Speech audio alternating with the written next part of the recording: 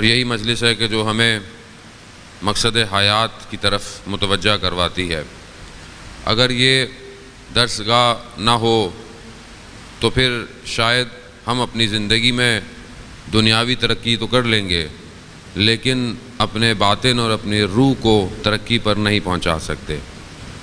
پوری دنیا میں بہرحال روح کی ترقی کے لیے ہر مذہب جو ہے اپنے انٹرنل اپنے اندر باطن کو سکون کرنے کے لیے اس نے مختلف عبادتیں رائج کی ہوئی ہیں۔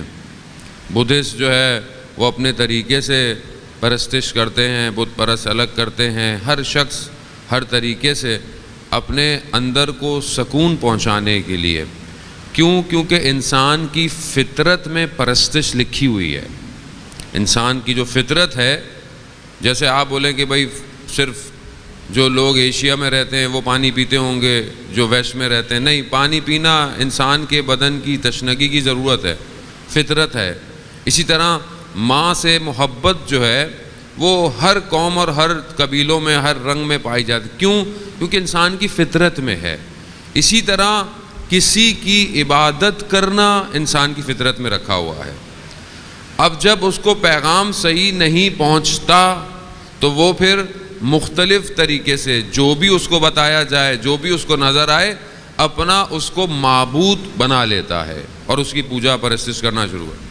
اسی لیے پروردگار نے اپنے جس موجودات کو جب خلق کیا تو خود ہدایت کا نظام اپنے ہاتھ میں رکھا اور اپنے نبیوں کو، اپنے ہادیوں کو لوگوں کے درمیان میں بھیجا، اور پھر انسان کو اچھے اور برے کی تمیز سکھا کر بھی اسے متوجہ کرایا کہ اچھا کیا ہے اور برا کیا ہے۔ مگر ظاہر ہے جب پروردگار نے اس انسان کو ہدایت کے لیے بھیجا تو دوسری طرف جو ہے وہ جو دوسرا تھا کہ جس نے پہلے ہی قبول نہیں کیا تو اس نے بھی مہلت مانگی کہ بھائی جب تو اپنے ہادیوں کو یہ سب دے رہا ہے تو مجھے بھی دے۔ تو پروردگار نے شیطان کو بھی سب دیا، جو بھی وہ مانگنا چاہتا تھا، جو اسے چاہیے تھا وہ دیا۔ اسے کیا دیا؟ اسے سارے رذائل اخلاقی دیے، حسد دیا، کبر دیا، ریاکاری دی، غرور دیا، تکبر دیا، غیبت، یہ غلط چیزیں ساری کس نے اپنے اندر سمائی؟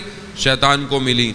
مہلت بھی دی، وقت بھی دیا، طاقت بھی دی، تو یہ سلسلہ چلتا چلتا چلتا اور چلتا رہا۔ یہی وجہ ہے کہ میرے چھٹے امام، امام جعفر صادق علیہ الصلوۃ والسلام، صلی اللہ علیہ محمد وآل محمد، امام فرماتے ہیں کہ بہرحال ہم سے پہلے یہ جو امام جس ادوار کے اندر امامت ہے، وہ جو خلافت کی دستگاہ ہے، خلافت کا جو سسٹم چل رہا تھا، امام نے یہی فرمایا کہ ان ادوار کے اندر ایمان کی تبلیغ کی ترویج کی گئی کہ کیا ایمان کے بارے میں بتاؤ، ایمان کی طرف لوگوں کو بلاؤ، ایمان پر سوال کیا جا سکتا ہے، لیکن شرک کی تبلیغ کو نہیں بتایا۔ شرک پر سوال کرنا منع تھا، شرک کے بارے میں نہیں بتایا، اور یہی وجہ تھی کہ شرک کے بارے میں نہ پتہ ہونے کی وجہ سے یہ نہیں پتہ چلا مسلمانوں کو کہ کب وہ شرک کر رہا ہے اور کب وہ ایمان کی طرف جا رہا ہے۔ کیونکہ دیکھیں، جب آپ کسی اچھائی کو پہچانتے ہیں تو اس کی ضد کو پہچاننا ضروری ہے۔ خب میں آپ کو کیسے یہ کہوں گا کہ یہ جو پانی ہے یہ صاف ہے، کیونکہ ظاہر ہے آپ کو پتہ ہو کہ گندا پانی بھی ہوتا ہے، پانی کے اندر جراثیم بھی ہوتے ہیں۔ لوگ منرل واٹر کیوں بیچتے ہیں؟ کیونکہ وہ بتاتے ہیں کہ بھائی جو پانی آپ پیتے ہیں وہ صحیح نہیں ہے، یہ پانی صاف ہے۔ ہر چیز اسی طرح پہچانی جاتی ہے۔ اپنے بہت ساری چیزوں کا وجود ظاہر میں نہیں ہوتا لیکن اپنی ضد کی وجہ سے پہچانی جاتی ہیں۔ تاریکی کا اپنا کوئی وجود نہیں ہے، مگر روشنی کا نہ ہونا تاریکی کو بتا رہا ہے۔ وہ روشنی نہیں ہے، وہ تاریکی ہے۔ وہ تاریکی کیا ہے؟ وہ جی روشنی نہیں تھی۔ روشنی کیا ہے؟ وہ روشن تو روشن ہو گیا، تاریکی نہیں ہے۔ اپنے اجداد سے، اسی لیے دشمن شناسی بہت مہم ہے کہ ہم دشمن کو پہچانیں کہ دشمن کون ہے۔